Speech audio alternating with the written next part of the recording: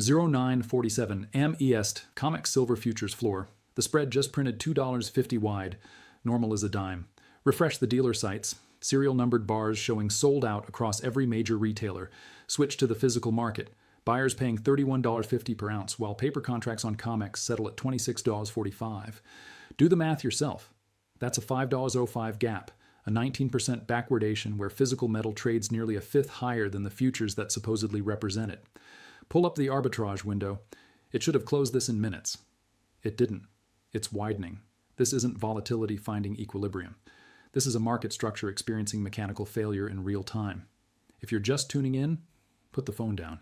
This is no longer just a price move. This is the moment the system announces it cannot deliver what it sold. The shock hit at 0947 Eastern, 3 minutes before most analysts even checked their screens. COMEX silver futures printed 26.45, but the expected settlement should have landed near 29.50 based on overnight activity in Asian markets. That's a $3 miss. Not drift, not noise, but a violent gap that triggered algorithm breakers across 6 trading desks. Volume spiked 60% above the daily average within 8 minutes. The order book thinned to nothing. By 0952, the bid-ask spread had blown out to dimensions normally seen only during exchange halts or flash crashes, except trading never stopped. It just kept printing lower while physical dealers 12 time zones away were raising premiums. Look at the divergence, COMEX showing relative calm on the screen. Physical market already pricing a different reality. In 2008, silver squeezed when paper and physical split for 3 days before forced settlement brought them back together. This time, the gap opened wider and faster. Shanghai physical was already trading $4 above New York futures by the time the U.S. market opened. London spot followed minutes later. The arbitrage mechanism that's supposed to connect these markets, buy cheap paper, sell expensive physical, pocket the difference, required one thing: actual metal to deliver. That's where it broke. Dealers holding inventory pulled back within the first hour. No new quotes, no firm offers. Serial numbered bars disappeared from availability lists. If you're holding paper exposure through ETFs or unallocated accounts, your position just became a claim on metal that may not exist in deliverable form. The screen price you're watching doesn't reflect what you'd pay to hold an actual ounce, and that gap between what the contract says and what the metal costs just became the first visible crack in a system built on the assumption that paper and physical are interchangeable. They're not. This is your first warning. Don't believe the calm screen. By 10:15 Eastern, Shanghai's physical market had repriced completely. The premium over COMEX futures hit 25%, not a temporary dislocation, but a sustained divergence that signaled something structural had changed. Western paper markets were still showing orderly two-sided flow, tight spreads, normal volatility. Switch the screen to Asian physical. Premiums spiking, inventory warnings flashing, buyers paying cash up front for metal that wouldn't ship for weeks. The mechanism that's supposed to arbitrage these differences, ship metal from west to east, capture the premium, flatten the spread, requires one assumption: that physical metal is available to ship. Pull the dealer inventory feeds. Out of stock started appearing across retail sites by 10:30. Not delayed, not back order, sold out, no ETA, no serial numbers available for new orders. The large wholesale platforms showed similar constraints. Institutional buyers trying to convert paper exposure into physical allocation were hitting walls. Settlement desks that normally process delivery requests in hours were quoting weeks. The spread wasn't narrowing because the arbitrage couldn't execute. You can't deliver what you don't have. This is the part where paper market participants assume the system self-corrects. It doesn't. The price on your screen represents a contract to deliver silver at a future date. The premium in the physical market represents what people will pay for silver they can hold today. When those two prices split this violently, it means one of two things. Either the paper market is dramatically underpricing risk, or the physical market is panicking over supply that doesn't exist. Or both. Watch what happens when institutional shorts holding COMEX positions realize they might have to deliver metal at prices far below what it costs to acquire in the physical market. That's not a trade anymore. That's a trap. 10:45 Eastern, and the dealer sites weren't just showing scarcity, they were documenting a supply collapse in real time. Refresh the page, inventory counters dropping from hundreds to dozens to single digits within the span of an hour. One major U.S. dealer listed 12 remaining on a product line that normally stocked in the thousands. By 11 how, it read 0. The retail scramble was spreading to wholesale. Institutional buyers who normally transact in bulk were being quoted premiums 15% above spot just to secure allocation. Physical delivery, once a routine administrative detail, had become a negotiation. The COMEX screen still showed 26.45. The premium to acquire physical had widened to $5 over that paper price. That's a 19% gap between what futures contracts promise and what metal actually costs. If you're holding paper, you're holding a claim on a price that no longer reflects reality. The arbitrage opportunity, buy futures, stand for delivery, sell physical at the premium, should have flooded the market with delivery requests. It didn't.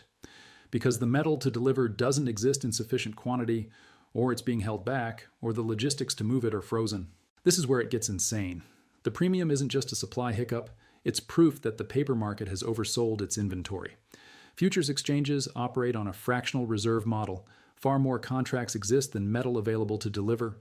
It works perfectly until everyone asks for delivery at once. Then the math breaks. Watch the lease rates, the cost to borrow physical silver for short-term delivery. They're climbing. That signals physical scarcity. Watch the backwardation. When near-term contracts trade higher than deferred contracts, that signals the market is willing to pay more for metal today than metal tomorrow. Both are flashing red. And still, the screen price trades calmly while the physical market tears itself apart underneath. By 11 Niatas Eastern, the divergence had become impossible to ignore, even for analysts trained to dismiss short-term volatility. Western paper markets showed orderly flow and stable prices. Asian physical markets showed panic buying and spiraling premiums. The arbitrage bridge that connects them, ship metal across the Pacific, capture the spread, rebalance the global price, wasn't functioning. Not because traders weren't trying, but because the metal needed to execute those trades wasn't available in deliverable form. Inventory was either depleted, allocated to prior commitments, or being withheld by holders who anticipated even higher premiums ahead.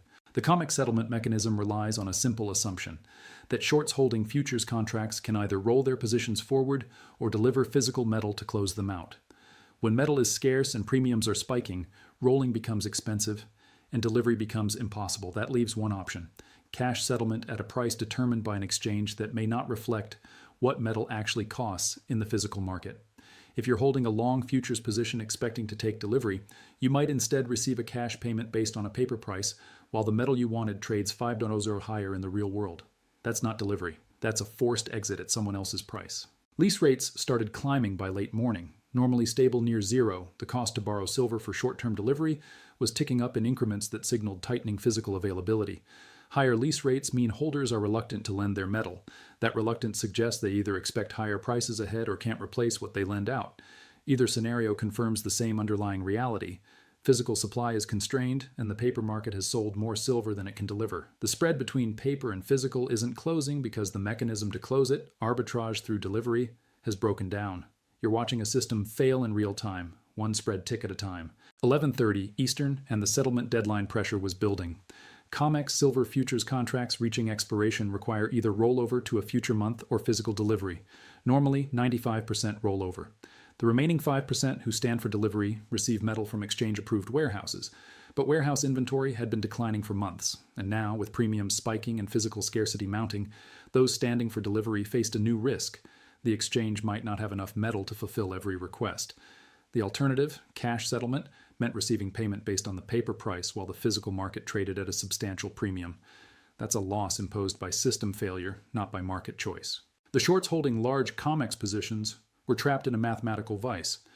If they delivered metal to close their contracts, they'd have to acquire that metal in a physical market trading $5 higher than the futures price they sold. That's an instant loss on every ounce delivered. If they didn't deliver, they'd face penalties, forced liquidation, or cash settlement at prices that might spike even higher if the squeeze intensified. Either way, the trade that looked profitable when silver was calm had become a bleeding position in a market that refused to arbitrage back to equilibrium. Backwardation was intensifying, the near-month contract trading higher than deferred months, signaling that the market valued immediate delivery over future promises. That's not normal. In a functioning market, storage costs and interest rates keep the forward curve upward sloping. When it inverts, it means physical metal today is worth more than a contract for metal in 6 months. Why? Because holders don't trust the system will deliver what it promises 6 months from now. They want metal in hand, and they'll pay a premium to secure it immediately. This is the signature of a market under structural stress, where trust in paper contracts erodes and physical possession becomes the only certainty. By noon Eastern, geopolitical tensions were compounding the supply pressure. Currency wars between major economies were escalating, with central banks accumulating physical reserves as a hedge against fiat instability. Reports from multiple sovereign buyers indicated increased demand for allocated bullion, metal held in segregated storage with serial numbers recorded and audited. That demand wasn't speculative, it was strategic, driven by long-term concerns about monetary system stability. When central banks compete for physical metal, retail and institutional buyers face intensified scarcity. The supply available to the public shrinks as sovereign entities lock up inventory in vaults that won't release it back to the market. Simultaneously, mining output faced constraints. Production costs had risen, environmental regulations tightened, permitting timelines, and geopolitical instability threatened supply chains from key producing regions. New supply couldn't rapidly scale to meet surging demand. Recycling flows, another source of physical metal, had slowed as holders anticipated higher prices and chose to wait rather than sell into current premiums. The physical market was caught in a vice, demand accelerating, supply constrained, and no rapid mechanism to bring them back into balance. Paper markets can print infinite contracts. Physical markets are limited by how much metal actually exists in deliverable form. The COMEX screen still traded near 26.45. The physical premium had widened to $6. That's a 23% gap, the largest in over a decade outside of exchange-mandated halts. Refresh the dealer sites, inventory counters at zero, notify when available buttons replacing buy options, forums filling with reports of delayed shipments and canceled orders. The system that's supposed to connect paper price to physical reality, arbitrage, delivery, settlement, was dislocating under pressure it wasn't designed to handle. This is it. Every piece of paper you hold is vulnerable to forced settlement at prices that don't reflect what metal costs if you actually tried to buy it. And the math says this only gets worse from here. By 12:30 Eastern, the institutional pressure was reaching critical mass. Large hedge funds and proprietary trading desks that had shorted COMEX silver futures were calculating exposure. If the physical premium continued widening and delivery requests surged, they'd face a choice: cover positions at a loss or risk forced delivery into a market where acquiring metal cost far more than the contracts promised. The gamma pressure from options positioning added another layer of complexity. Dealers who sold call options and hedged with short futures were now exposed to explosive losses if prices spiked. Their hedging activity, buying futures to cover short positions, would add buying pressure at exactly the moment when liquidity was thinnest. The mathematics of a squeeze are straightforward. Paper markets operate on leverage. For every ounce of physical metal in existence, multiple claims circulate in the form of futures contracts, ETFs, unallocated accounts, and derivatives. That works until claim holders demand physical settlement simultaneously. Then the system reveals its fractional nature. If 10 paper claims exist for every physical ounce, and even 20% of holders demand delivery, the system cannot fulfill those requests without buying metal in a market that's already short. That buying pressure drives prices higher, triggering more delivery requests, creating a feedback loop that only ends when shorts capitulate or the exchange imposes cash settlement to prevent a full collapse. Watch the options chain. Massive open interest at strike prices above current futures levels, expiring soon, with dealers short those calls and inadequately hedged. If silver spiked above those strikes, dealers would be forced to buy futures to cover their exposure, adding fuel to an already volatile market. This isn't speculation, this is observable positioning documented in exchange data. The trap was set not by conspiracy, but by structural incentives, leverage, fractional reserves, and the assumption that physical delivery would remain rare. Now that assumption was being tested, and the system was failing the test in real time. 1 p.m. Eastern, and the COMEX delivery failure alert hit trading screens. Not an official halt, but reports circulating that certain contract holders requesting physical delivery were being offered cash settlement due to logistical constraints. That's exchange language for, we don't have enough metal to fulfill every delivery request at the contracted price. The premium between COMEX futures and physical market prices had widened to $5 and was trending higher. For holders expecting to convert paper exposure into physical metal, this was the moment the system openly admitted it couldn't perform. The spread wasn't narrowing because the mechanism to narrow it had broken. Arbitrage requires available inventory. Delivery requires metal in warehouses. Settlement requires trust that the exchange will fulfill its obligations. All three were now in question. Institutional shorts trapped in losing positions faced a nightmare scenario. The price they'd have to pay to cover their shorts was diverging from the price they were contractually obligated to deliver at. That gap represented pure loss, imposed not by market movement but by system failure. Inventory reports from exchange-approved warehouses showed depletion. What remained was either already allocated to prior delivery requests or held by entities unwilling to release it at current prices. The physical market was experiencing what commodity traders call a backwardation squeeze, when near-term supply tightness drives spot prices higher than futures, creating incentives to hold physical metal rather than sell it forward. In a normal market, that imbalance corrects quickly. In a market experiencing structural supply failure, it intensifies until the system breaks or regulators intervene to impose emergency measures. The final warning is this: price explosion is inevitable when the paper market cannot deliver what it sold. Institutions holding short positions are trapped. Longs demanding physical delivery face cash settlement at prices disconnected from reality. And the physical premium keeps widening because the metal needed to close the gap doesn't exist in sufficient quantity to satisfy demand. If you think the market will self-correct, you're betting against math. 1:30 p.m. Eastern, and dealer reports confirmed what the premiums had been signaling all day: zero physical availability.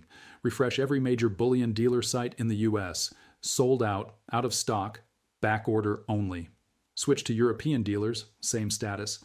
Check wholesalers who normally supply institutions, allocation by request, which is dealer code for we have metal, but we're not selling it at current prices. The inventory that's supposed to back paper claims, ETFs, unallocated accounts, futures contracts, was either depleted or being withheld by holders, anticipating even higher premiums. Either scenario leads to the same outcome: forced cash settlement for paper holders who can't access physical delivery. The lease rate data confirms scarcity. Borrowing silver for short-term delivery now cost multiples of the normal rate, signaling that holders with physical metal were reluctant to lend it out. Why? Because they couldn't easily replace it, or they expected prices to rise further and wanted to maintain their physical allocation. High lease rates are a warning sign. They indicate that the physical market is so tight that even temporary lending carries risk. When lease rates spike alongside premiums and backwardation, the message is unambiguous. Supply has contracted to the point where normal market functions, arbitrage, lending, delivery, are no longer operating smoothly. For paper holders, this is the endgame scenario. You hold a contract that promises delivery of silver at a fixed price. The entity obligated to deliver that silver cannot acquire it at the contracted price. The exchange, facing systemic risk if too many contracts demand delivery, imposes cash settlement.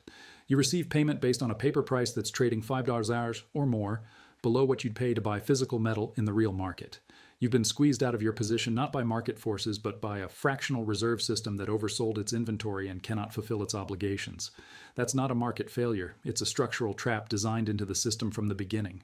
2:00 p.m. Eastern, and the inevitability math was becoming inescapable.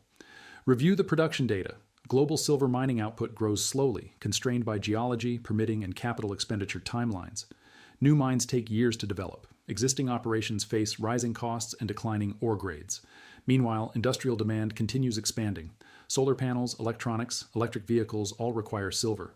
Add investment demand surging in response to monetary instability, and you have a supply-demand imbalance that cannot resolve quickly through increased production. On the demand side, central bank accumulation and sovereign buying removes metal from the market permanently. Those bars go into vaults and don't circulate back into the public supply. Institutional investors demanding allocated storage, segregated serial-numbered bars, further tighten available inventory. Retail buyers paying premiums to secure physical possession add pressure at the margin. All of this demand competes for a fixed supply that cannot scale rapidly to meet it.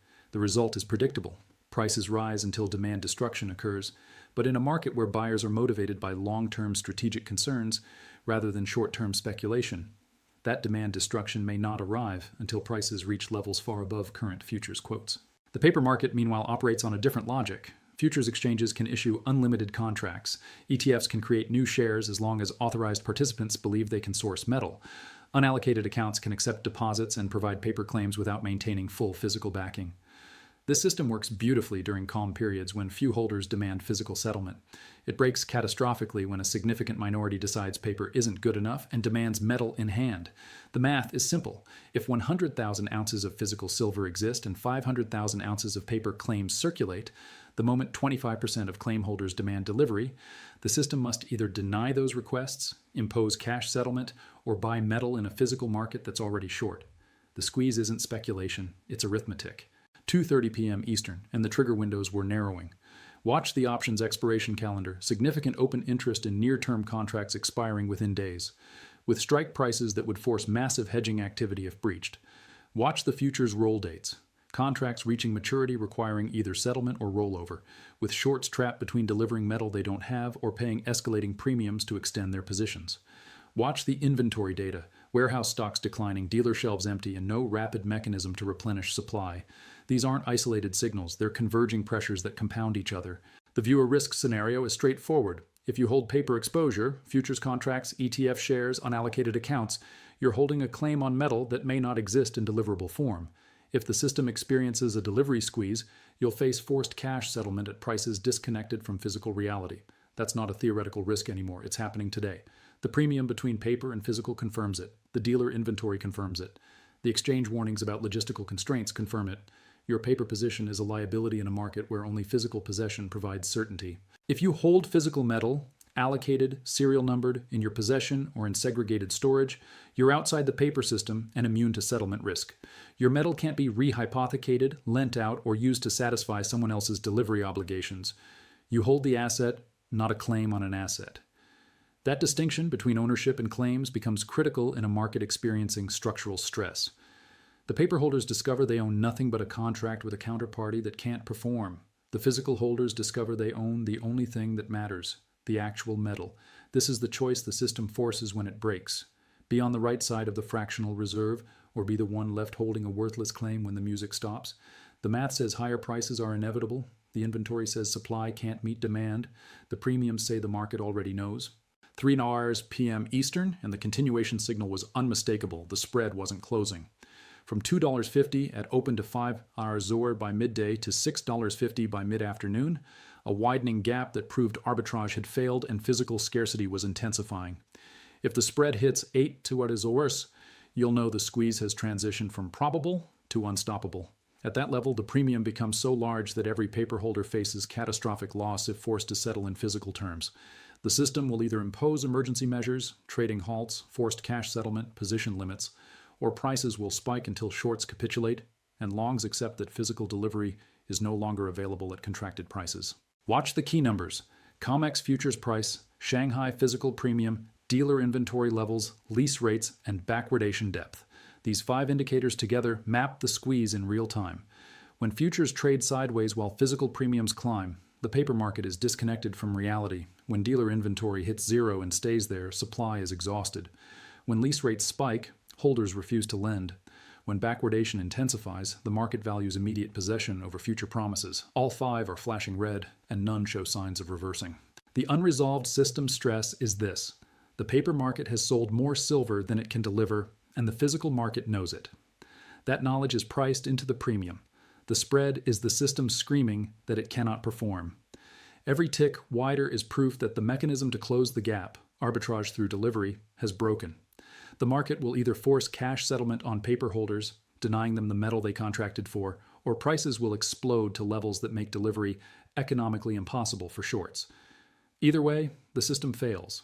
Either way, physical holders win and paper holders lose. And the math that governs this outcome is already locked in.